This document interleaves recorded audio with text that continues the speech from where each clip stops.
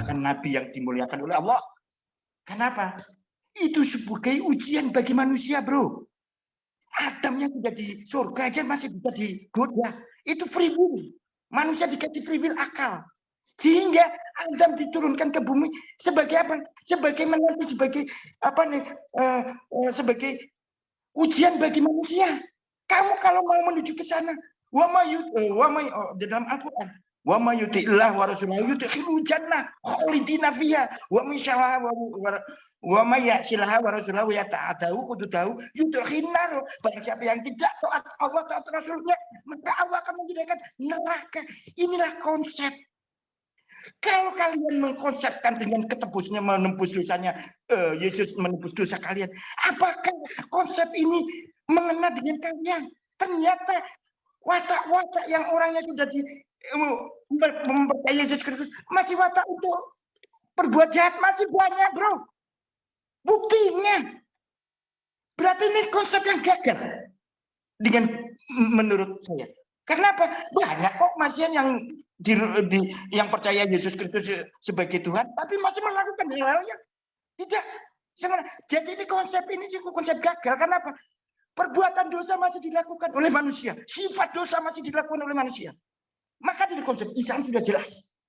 Kenapa? Ad-dunya sijratul mukmin wa jannatul kafir. Dunia itu adalah penjaranya orang mukmin. Kenapa? Banyak aturan, bro. Tidak boleh minum, tidak boleh zina, tidak boleh apa semua. Wa mukminun wa jannatul kafir. Dan surganya orang kafir. Makan babi yang dilarang oleh Tuhan, makan apa semua bebas. Karena nggak ada aturan. Kenapa aturan? Karena sudah ditebus oleh dosanya Yesus. Semua hukum Taurat sudah tidak berlaku. Seperti apa? Seperti kalau kita apa semua kesucian apa semua nggak berlaku di Kristen. Nggak ada hukum itu. Kalau di Islam ada, bro. Itulah hukum Tuhan. Masih mengikuti apa yang dinarasikan oleh para nabi terkait wanita yang haid, terkait hukum waris, hukum semua yang diatur oleh Tuhan dari Tuhan. Kalau kalian kan juga nggak ada hukum dunia saja mengasihi sesama, tapi dengan mengasihi dengan Tuhannya nggak ada. Gimana itu? Konsep-konsep apa yang ditebuskan dosa itu gagal. Karena apa? Semua manusia sifat itu masih melekat dari diri manusia karena itu diciptakan Allah, itu dikasih akal. Bisa membedakan mana yang baik, mana yang buruk. Itu adalah akalnya manusia. Bukan menyalahkan Adam. Adam sudah berdosa, bertaubat. Maka kalau kamu mau bertaubat, maka Allah akan memasukkan di dalam surga. Dan mentaati Allah yang diperintahkan oleh Allah. Dan menjauhi apa yang dilarang oleh Allah. Itulah konsep. Kalau kamu berdosa harus bertaubat. Taubat nasuha. Inilah konsep yang benar, bro. Untuk menuju apa kekekalan nanti, hari kekekalan nanti di akhirat, yaitu kalau kamu kekal di akhirat antara dua, antara surga dan neraka. Itu silakan Bang Don. Ya, boleh sedikit saya nambahan. Ya, tadi saya menjawab, memang setan laknatullah itu, laknatullah alaih. Tahu juga ini Pak Jufri. Memang lebih dulu tahu tentang keimanan dan ketauhidan Allah. Gitu. Setan juga, tapi setan juga bersumpah dia akan menyimpangkan setiap kebenaran yang lurus menjadi bengkok kepada anak keturunan Adam. Begitu indikasinya. Salah satunya ini yang Tuhan yang dulu diimani oleh setan itu kebenarannya adalah satu, bisa jadi menjadi lebih dari satu, tiga dalam satu, satu dalam tiga, begitulah kan. Nah, tapi dengan apa keimanan setan sendiri pun, laknatullah sendiri pun, dia berkata fabi izatika, dengan demi kemuliaanmu aku akan menyesatkan keturunan Adam, begitu. Dia memuliakan Tuhan dulu, begitu. Baru diberi itu ujian, diberi izin oleh Allah, begitu kan. Tapi kalau bicara masalah solusi, jika solusi manusia berdosa akibatnya manusia itu tidak kekal, gitu kan, dan tidak sama lagi seperti Tuhan yang kekal. Nah, solusinya sebetulnya sudah ada itu di Taman Eden. Menurut siapa? Tinggal dibaca. Menurut Bible kalian sendiri. Di Kejadian 3 ayat 22. Berfirmanlah Tuhan Allah, sesungguhnya manusia itu telah menjadi seperti salah satu dari kita. Tahu tentang yang baik dan yang jahat. maka sekarang jangan sampai ia mengulurkan tangannya dan mengambil pula dari buah pohon kehidupan itu dan memakannya, sehingga ia hidup untuk selama-lamanya. Lah, ini solusi masih di Taman Eden. Nah, itulah kenapa saya menisbatkan bahwa konsep keselamatan dalam keimanan Kristen itu ribet. Kenapa? Kalau ingin hidup selama-lamanya, sudah ada itu solusinya. Tuhan menciptakan di Kejadian 3 ayat 22 tuh membuat pohon yang lain dan buah pohon yang lain, pohon kehidupan. Supaya apa? Supaya manusia hidup selama-lamanya kalau makan. Tetapi ini dihalangi, nah kan masalah gitu. Kenapa ini?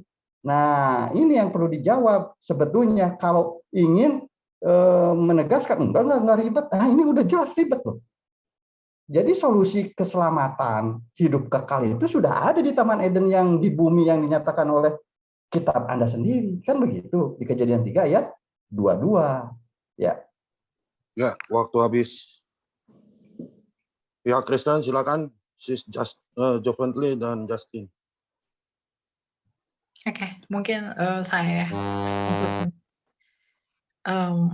ini gimana? Ini bisa dimulai nggak? Ya, Oke. ya. Ya, kembali lagi ya, Bapak Amir dan Pak Ikhwan tidak menyanggupi dua pertanyaan saya yang saya utarakan di awal ya, terkait dengan bagaimana finalitas pengampunan itu, kemudian juga bagaimana konsepsinya tentang ultimatum dari Tuhan yang kamu anut ya, bahwa ini harus wajib ke neraka dengan narasi cuci dosa segala macam. Kalau emang dosa itu bisa diampuni begitu saja ya, ini tidak clear finalitasnya di mana. Nah, itu harus menjadi premis utama dalam kerangka pemikiran Anda sebelum merekonstruksi sebuah argumentasi.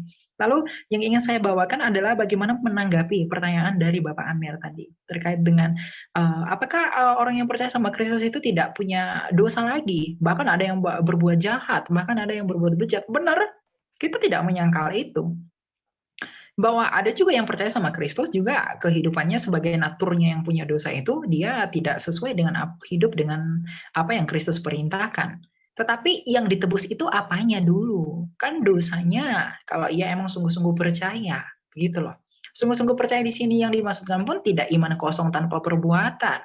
Meskipun dia mengaku beriman, tetapi dalam kehidupannya ia selalu berbuat jahat, itu sebenarnya bukan beriman, tetapi itu adalah bukti dari ketiadaan iman itu. Maka orang seperti itu pun tidak mungkin selamat. Kalau hanya aku percaya sama Yesus, setan pun bisa berkata seperti itu. Tapi apakah mereka diselamatkan? Tidak. Setan pun percaya Yesus itu anak Allah loh. Tapi apakah mereka diselamatkan? Tidak. Ya, jadi kerangka pemikiran itu harus holistik dan interdisiplin ya saudara. Nah, lalu berkaitan dengan pertanyaan dari Bapak Ikhwan tadi membuat suatu pemahaman bahwa konsepnya ini ribet karena sudah ditawarkan di Taman Eden sejak pertama kali. Mengapa sebenarnya solusinya sudah dihadirkan di sana? Sehingga ini membuat terlihat semakin multi kompleks terkait dengan konsep keselamatan di Kristen. Ini bukan sesuatu yang multi kompleks. Prinsip pemikiran Anda kepada tujuan ilahi yang tidak mumpuni, artinya Anda buta akan apa yang dimaksudkan dari penciptaan itu. Ya, jadi tersedianya pohon kehidupan di tengah-tengah taman itu sudah dijelaskan tadi ya oleh Kak Justin, bahwa bukan berarti Allah yang menuntun mereka untuk melakukan dosa itu. Berarti bukan Allah yang menjadi sumber dosa, tetapi diciptakannya manusia segambar dengan rupa Allah menjadi salah satu seperti di antara kita. Tahu yang baik tentang yang buruk adalah mengambil sifat ilahi yang tahu.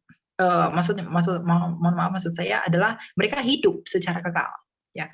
Tetapi ketika ada buah pengetahuan yang baik atau buruk ini yang ditekankan sekali lagi, meskipun tidak dapat ditafsirkan demikian, ya, tapi itu mengindikasikan bahwa manusia ini kan punya kehendak bebas.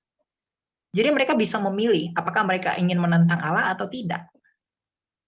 Tapi kehendak bebas awalnya sebelum jatuh ke dalam dosa adalah memang taat kepada Allah. Tetapi mereka berkehendak mau jalan kemana, jalan ke sana. Bukan berarti manusia itu seperti boneka atau robot yang dikendalikan operating system.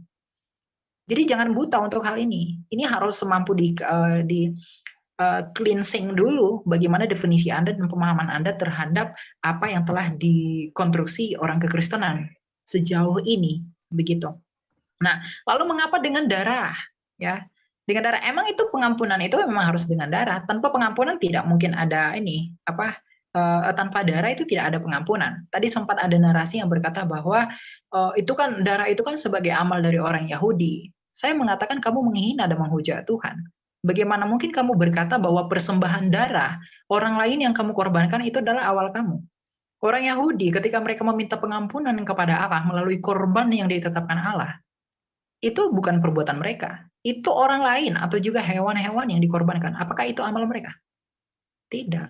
Amal itu datang dari dalam diri sendiri dan dilakukan oleh diri sendiri sebagai subjek. Jadi jangan kurang ajar berkata bahwa itu adalah amal. Tidak. Makanya inilah yang mendukung bahwa keselamatan itu tidak bisa dari perbuatan. Karena emang Kristus itu sepenuhnya adalah gambaran sempurna dari antitipenya, dari tipenya yang pertama. Jadi jangan dicampur-campur ya.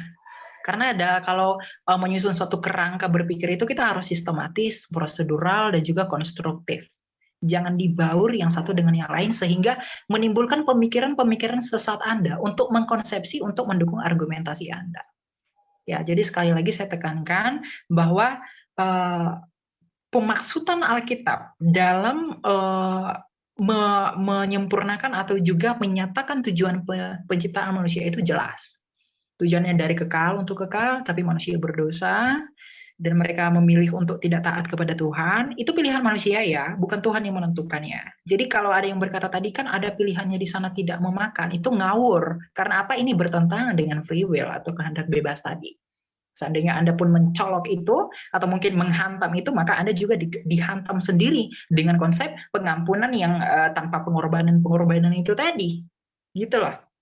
Jadi jelas ya, ini sesuatu pemikiran yang tidak jelas ranahnya kemana, tapi saya udah itu. Tetapi saya ingin tekankan bahwa pertanyaan saya yang di awal itu tolong dijawab ya, bagaimana finalitas dari pengampunan itu. Ya, saya pikir itu ya cukup dari saya. Terima kasih. Ya, sedikit aja ya. Ketika manusia diusir di Taman Eden, ya Kejadian 3:22 ini, justru itu wujud kasih karunia Allah. Kalau tidak, manusia akan kekal dalam sakit penyakitnya, dalam keberdosaannya. Ketika ia dikatakan menjadi sama seperti Allah, artinya manusia bisa menjadi Allah bagi dirinya, menentukan yang baik yang jahat. Bukan artinya menyamai zat Allah. Ya, tidak seprimitif itu kami. Waktu habis. Silakan pihak Islam. Don Rapture atau Ya. Amir. Saya jawab sedikit aja, Pak Amir, apa mau siapa duluan? Silakan. Saya aja dulu. Nanti belakangan aja nggak apa-apa. Ya, saya ya kebetulan mumpung ingat gitu tadi Mbak Jovli bilang konsep penebusan keselamatan dosa manusia itu memang harus pakai darah begitu, dan nggak boleh itu terhapuskan. Wah, menghina sekali itu. Bahkan bangsa Yahudi pun tahu.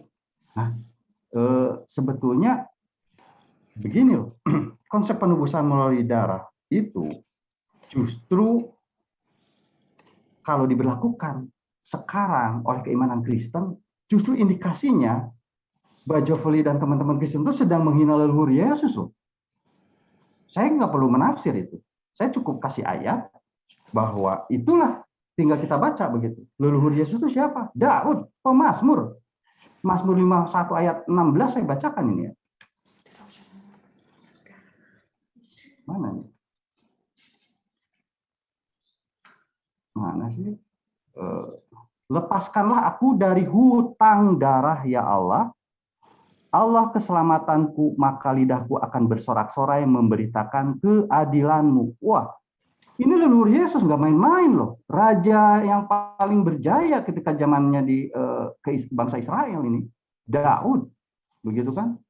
Ini leluhur Yesus. Berarti kalau masih memberlakukan hutang darah untuk demi penebusan dosa, ini konsekuensinya Daud ini bidat ini dari ajaran Kristen. Nah, gimana coba? Silakan dicek sendiri di Mazmur 51 ayat 16. Lepaskanlah aku dari hutang darah. Ini permohonan pemazmur Daud, leluhurnya Yesus.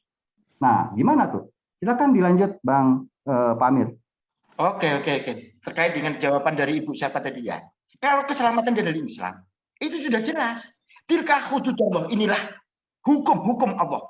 Wa ma yuti'illah wa rasulahu yudkhilhu jannah tajri min tahtiha al-anhar khalidina fiha wa dzalikal fawzul adzim. Itulah batas-batas hukum Allah. Barang siapa yang taat kepada Allah dan Rasulnya, dia akan memasukkan ke dalam surga yang mengalir di bawahnya sungai-sungai. Mereka kekal di dalamnya. Dan itulah kemenangan yang aku. Dan ayat selanjutnya, wa may ya'silaha wa rasulahu wa yata'addahu hududahu yudkhilhu nar khalidina fiha abada. Dan barang siapa yang mendurhakakan Allah dan Rasulnya dan melanggar batas-batas hukumnya, niscaya Allah memasukkan ke dalam api neraka. Dia kekal di dalamnya. Inilah kekekalan orang kafir. Dan itulah yang kekekalan di dalam surga, itulah kekekalan orang yang beriman, yang mentaati Allah dan Rasulnya. Inilah konsep keselamatan, bro. Bukan mengorbankan Tuhan, bukan menyalahkan Adam. Karena di konsep Islam, kalau kamu berdosa bertobat, karena kamu diberi akal. Kamu diberi akal pikiran, silahkan. Karena Allah mempunyai hukum. Kalau kamu mentaati Allah dan Rasulnya, maka Allah menyediakan surga. Dan juga kalau kamu melanggar hudud-hududnya Allah, hukum-hukumnya Allah, maka Allah akan menyediakan neraka. Karena ini sudah dikonsepkan, bro. Adam bersalah, bertobat, nanti juga akhirnya masuk surga. Kekekalannya di surga, di akhir zaman, di akhirat nanti. Itulah kekekalan yang abadi nanti. Ini konsep Islam, jelas. Bukan kita yang salah, tidak melakukan taat kepada Allah dan Rasul, tapi yang disalahkan Adam. Sedangkan kamu yang berdosa. Kita diberi akal, pikiran untuk memilih mana yang baik dan buruk. Inilah Allah menciptakan kita dengan rupa yang sudah sempurna. Ini diberi akal, yang pokok diberi akal. Itulah untuk memilih mana yang baik dan buruk. Dan Allah dengan pemilihan ini Allah memberi hudud hukum-hukum yang ada di dalam firman-Nya. Kalau kamu taat itu, pasti Allah akan menyediakan ini surga. Inilah keselamatan, bro. Kalau kamu melakukan hanya mengharapkan dikorbankannya Tuhan, hanya menebus dosa, gimana konsep begini? Sedangkan konsep yang betul adalah kamu harus bekerja, kamu harus bertoat. Apa yang hudud-hududnya Allah ini yang diperintahkan, dan larangan-larangannya yang harus kita tinggalkan. Inilah ajaran keselamatan. Kalau kamu berdosa harus bertobat. Kalau kamu berdosa kepada manusia harus minta maaf. Karena dosa sesama manusia tidak akan diampuni pada Allah kalau tidak minta maaf. Ini juga konsep keselamatan, bro. Kok ribet-ribet amat? Yang dosa Adam, kita yang menanggung. Sedangkan Allah sudah mengasih hudud. Kalau kamu selamat, mengikuti ajaran-ajaran, mengikuti perintah-perintahnya Tuhan. Kalau kamu melanggar, ya silakan. Konsekuensinya apa? Neraka. Inilah konsep yang diajarkan oleh para nabi. Begitu. Silakan Badong sedikit, tinggal sedikit. Bisa dilanjutkan sedikit aja 38 menit. Badong? Oh ya, oh ini masih ada. Ya begitu Ya, aja sedikit, sebetulnya. 32. Kenapa Sedikit. saya Bisa membangun? saya, Oh Bang ya, Faisal, silakan. saya mau closing statement dulu, ingin menyelesaikan dulu pertanyaan tadi. Bisa ya, Bang? 1 menit bisa tambahkan? Bang Oh, Faisal, minta waktu 1 menit, silakan. Silakan. Gimana? boleh Gimana? buka share screen? Buka share screen 1 menit saja, saya mau close. Bisa nggak? Ya, silakan. Ya, jadi untuk pertanyaan Mbak tadi ya, terkait dengan finalisasi tentang keselamatan dalam Islam. Jadi saya ingin selesaikan dulu pertanyaan ini sebelum saya close. Saya mohon izin. Itu tadi sudah dijelaskan bahwa dalam Islam itu adalah bertobat dan beramal saleh. Kemudian bagaimana nanti ya ketika seperti apa di akhir nanti, maka dalam nas Al-Qur'an dijelaskan ya pada hari itu manusia keluar dari kuburnya dalam keadaan bermacam-macam supaya diperlihatkan kepada mereka balasan pekerjaan mereka. Barang siapa yang mengerjakan kebaikan seberat jahra pun niscaya dia akan melihat balasannya. Jadi kebaikan sekecil apapun akan mendapat balasan dari Allah Subhanahu wa taala. Terkait dengan pertobatan kemudian berdosa lagi, itu itulah fitrah manusia, tetapi janji Allah akan mengampuni setiap dosa manusia dan kelak manusia akan ditimbang amal kebaikannya ya. Seberat apapun amal kebaikan akan mendapatkan balasan dari Allah Subhanahu wa taala. Dan adapun orang-orang yang berat timbangan kebaikannya, maka dia berada dalam kehidupan yang memuaskan. Dan adapun orang-orang yang ringan timbangan kebaikannya, maka tempat kembalinya adalah neraka hawiyah. Tahukah kamu apakah neraka hawiyah itu? Yaitu api yang sangat panas. Jadi finalisasi dalam konsep keselamatan Islam itu sudah jelas apabila bertobat ya dan beramal saleh, tentu dengan beriman kepada Allah dan mengikuti Rasul-Nya, itu adalah konsep keselamatan dalam Islam. Ya, dijamin selamat di dalam kehidupan di akhirat kelak. Selanjutnya tadi dari Bang siapa tadi terkait dengan mengapa tidak diciptakan saja bayi di surga jika memang Allah merencanakan untuk hidup kekal di surga. Itu tergambar di dalam surat Al-Anbiya 3, di mana percakapan Allah dan malaikat digambarkan, dan ingatlah ketika Tuhanmu berfirman kepada para malaikat, aku hendak menjadikan khalifah di bumi. Mereka berkata, apakah engkau hendak menjadikan orang yang merusak dan menumpahkan darah di sana, sedangkan kami bertasbih kepadamu dan menyucikan namamu.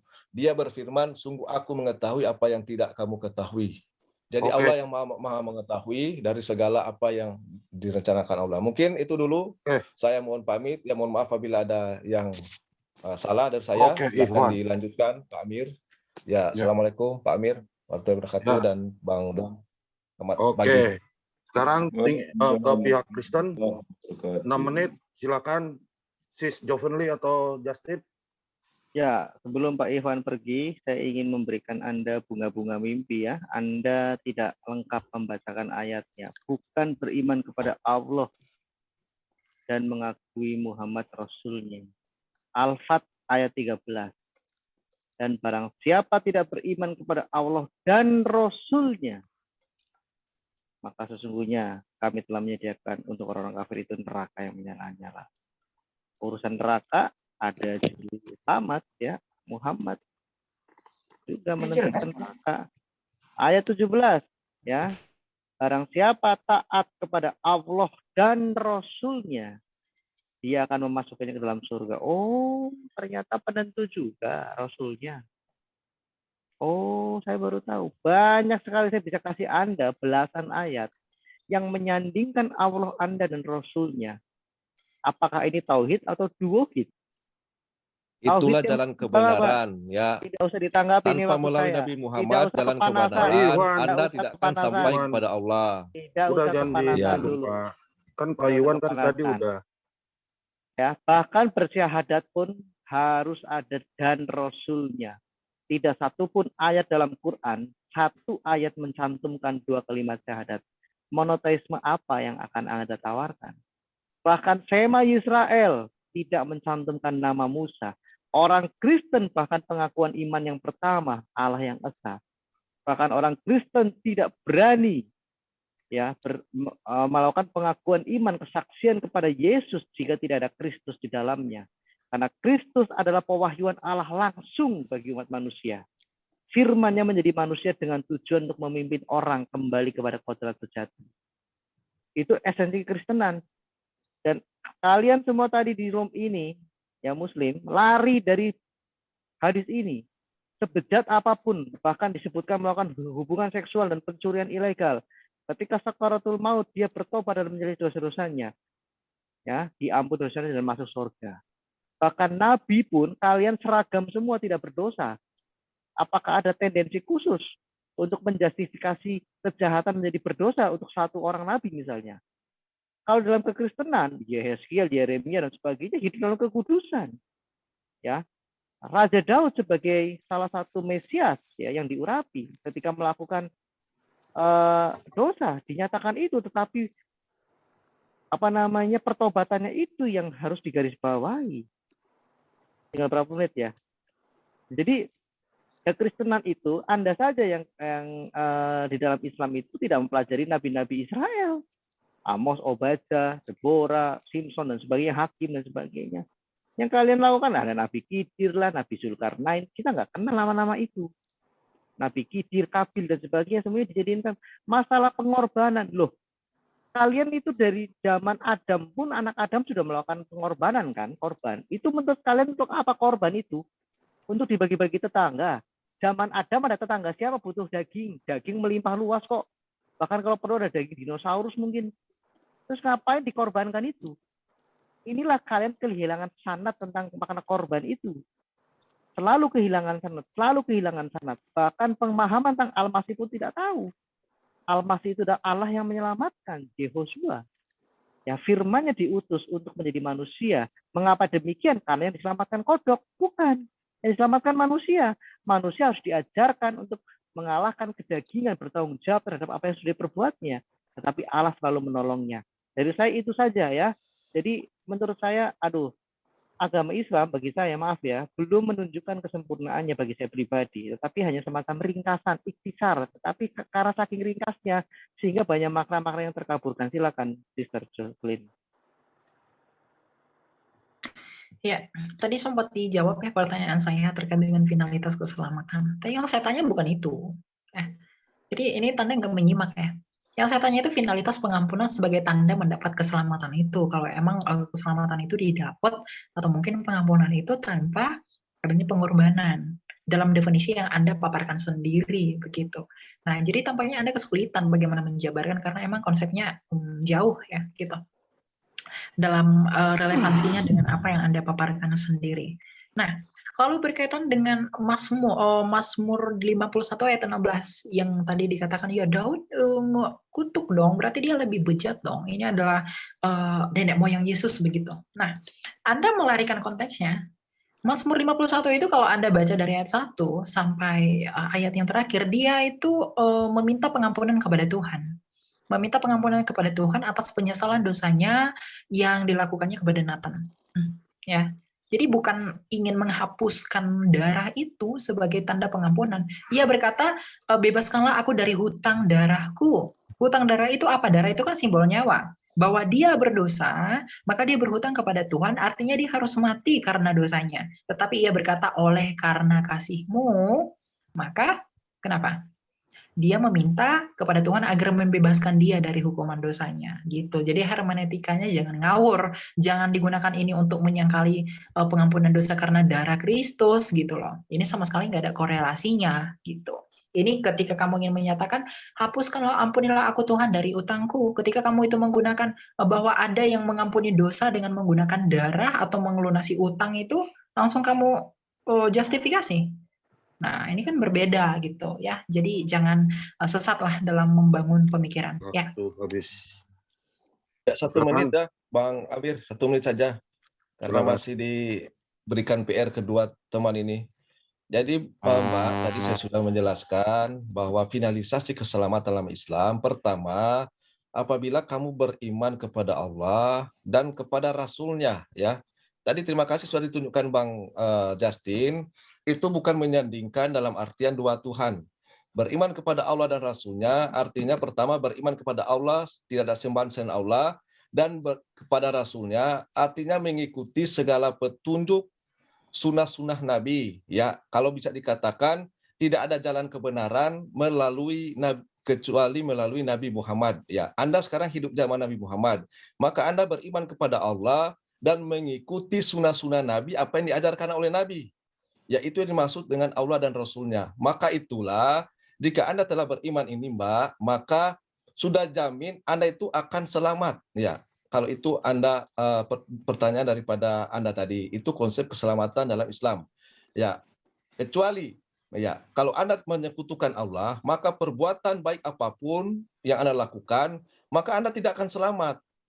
Tetapi kalau Anda beriman kepada Allah dan mengikuti Rasul-Nya, maka segala dosa Anda akan diampuni selama Anda tidak melakukan kesyirikan, tidak menyekutukan Allah. Ya, tadi hadis tidak ada yang lain. Ya, tadi hadis ditunjukkan itu adalah konsep keselamatan dalam Islam. Selama tidak menyekutukan Allah, perbuatan apapun, dosa apapun, mau zina, pencuri, tetapi tidak menyekutukan Allah, maka akan selamat, masuk surga. Ya, selama itu beriman kepada Allah. Itu konsep keselamatan Islam yang sangat jelas dan mudah, tidak ribet seperti dijelaskan teman-teman lain. Terima kasih. Saya pamit dulu dan kalau bisa besok Bang Justin dan Mbak silakan buat judul baru untuk kita bertemu dan lebih Itu cepat. cuman untuk kontra dengan keselamatan dalam Yesus. Kenapa? Kalau percaya kepada Yesus itu kan karena ini kalau percaya ini waktu saya, Pak Bang. Pras, ini waktu Islam, Pak. Gini. ya. Sekalian sebetulnya kan Justin juga membutakan apa yang dikatakan Yesus sendiri ya. Hidup yang kekal mengenal engkau satu-satunya Allah yang benar. Dan mengenal Yesus Kristus yang engkau utus. Berarti ini menunjukkan Yesus itu sebagai utusan. Di situ menarasikan bahwa kalau tidak mengikuti apa ajarannya Yesus yang diperintahkan oleh Tuhan, kamu nggak akan menuju ke Tuhan. Melenceng. Itulah kejalan kebenaran pada bagi Bani Israel. Aku diutus hanya untuk domba-domba yang hilang dari Bani Israel. Itu menunjukkan apa? Yesus diutus. Kenapa kamu menarasikan ini sebagai narasi seolah-olah sebagai jalan yang ini? Tapi di dalam Al-Quran itu disebutkan dari zaman Nabi Muhammad ini, wa may yuti'illah wa rasulahu yudkhilhu jannah. Barang siapa taat Allah dan Rasulnya, karena apa? Yang membawa risalahnya ya Nabi Muhammad. Sekarang inilah jalan yang akan menuju kemana? Ke surganya Allah. Untuk apa? Mentaati apa yang diperintah oleh Allah dan menjauhi apa yang dilarang. Inilah keselamatan. Bukan menuju keselamatan, tapi yang dikorbankan Tuhannya sendiri atau manusia yang dikorbankan. Sedangkan yang punya hudud hukum adalah Tuhan sendiri. Kenapa kesalahannya Adam? Yang benar-benar dia menjalankan melanggar aturannya Tuhan. Kok Tuhan memerintahkan manusia untuk dikorbankan? Sedangkan di kitab kalian juga menjelaskan jangan membunuh. Kenapa Tuhan menyerahkan Tuhan untuk dibunuh? Itu konsep apa? Kalau masalah berkorban itu mungkin milah Abraham apa semua itu adalah yang dikorban itu adalah domba, hewan. Bukan manusia mengalirkan darahnya manusia, bro. Kalau menarasikan, mengorbankan narasi mengalirkan darah manusia, konsep-konsep dari nenek moyang juga gitu ada. Dengan konsep apa? Penumbalan. Dengan apa? Dengan keyakinan bahwa menumbalkan ini akan mendapatkan ini. Itulah yang harus diwaspadai, bro. Kalau konsep ketuhanan pasti Tuhan Maha Agung, Maha Pengampun. Kalau mau berdosa pasti Allah akan mengampuni dosanya manusia. Dan dengan keyakinan bahwa mentaati Allah dengan Rasulnya, menjalankan perintah-perintahnya yang diserahkan dalam kitabnya. Itulah konsep keselamatan, karena ada aturan kok. Aturannya di mana? Ya, di kitabnya masing-masing. Kalau Yahudi mengikuti kitabnya Yahudi, itu perintah Tuhan, bro. Bukan dihilangkan. Karena apa? Konsep-konsep ketuhanan ini adalah perintah Tuhan. Masa bisa dihapuskan begitu saja? Silakan Pak Don. Ya, saya cuman mau nambahin aja. Ya betul ya, atiullah wa ati rasul itu ya ikutilah perintah petunjuk Allah dan Rasulnya begitu. Tapi kalau tauhid itu bukan konsep tauhid yang literally-nya begitu ya. Tauhid kalau indikasinya banyak-banyakan sesembahan, Kristen menang banyak. Kita jujur aja, kita kalah. Kenapa? Kristen nih ya, kalau tauhidnya adalah baptislah mereka dalam nama Bapa saja, selesai. Tapi kan ada anak dan roh. Bagaimana dengan Imam Rasuli? Aku percaya kepada Allah Bapa dan Tuhan Yesus sebagai anaknya yang tunggal. Belum urusan Maria nih, Theotokos, Bunda Tuhan. Kan ribet ini.